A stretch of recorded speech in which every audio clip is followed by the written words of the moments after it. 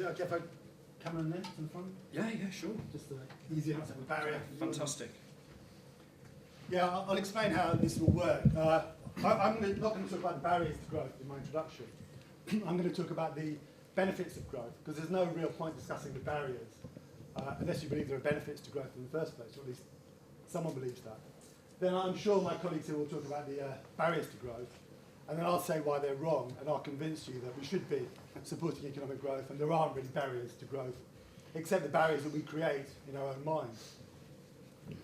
So yeah, what I want to argue is that economic growth is immensely beneficial to humanity.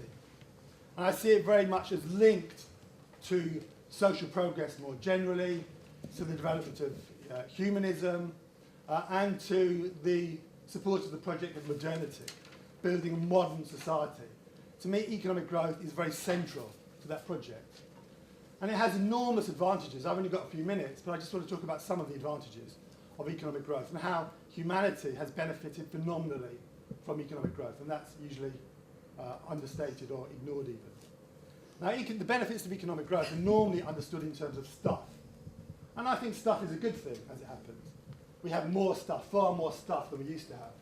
If you take official British government figures, for example, over the 20th century, income per head, in real terms, increased fourfold. So just in those raw terms, people had 4 times as much at the end of the 20th century as at the start. But that really understates the benefits of economic growth greatly. Because not only does it lead to quantitative improvements, it leads to huge qualitative improvements. It leads to the development of new technologies and new forms of science, which we benefit from as well. So not only through the 20th century did we have more growth, and through the 19th century as well for that matter, we had things that people before couldn't have.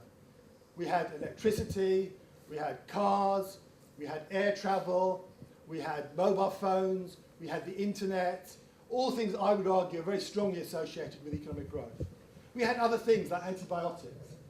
You might not know this, but the richest person in the world in the mid-19th century died from having an infected abscess, which can now be treated by antibiotics, which can be bought by an ordinary person for a few pence in a chemist. So even if you were really, really rich in the 19th century, you didn't have the benefit of that kind of technology.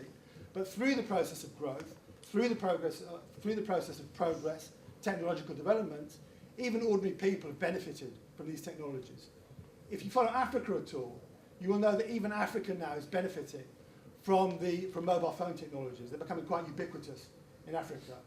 So communities in Africa, which in the past were very isolated from even their local communities, let alone the global community, are becoming more and more integrated in the world. And it's having a very, very beneficial impact on their lives. I'm not, of course, saying that the whole world is perfect. It's not. I think there's a long way to go.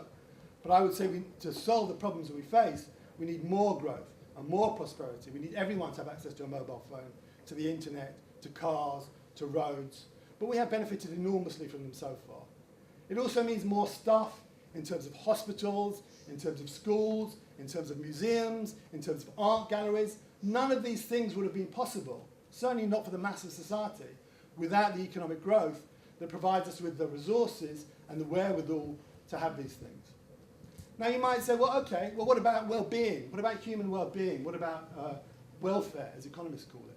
If you're going to remember one statistic from this session, one statistic to remember, the average human life expectancy in 1800, which is when the period of economic growth really started, was 30.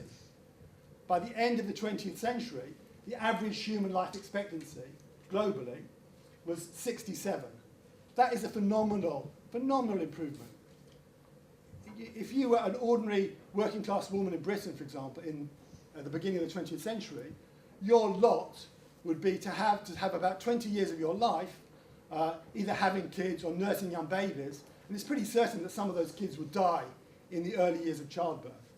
But because of economic growth, because of prosperity, because of the resources that that's given us, that kind of problem, infant mortality, is far, far less than it used to be. And finally, because I'm being told I've got to wind up soon, economic growth and prosperity and the resources it gives us the ability to shape and control the environment, to mould the environment, not for its own sake, for the benefit of humanity. You know, if you want to build roads, if we want to build power stations, if we want to control climate change, for that matter. Economic growth gives us the technology and the ability to do that. If anything, though, we need more. We shouldn't be restraining ourselves. We need more. So to sum up, I would argue you should support economic growth. It's very closely linked to progress, it's very closely linked to modernity, and it's central to our humanity.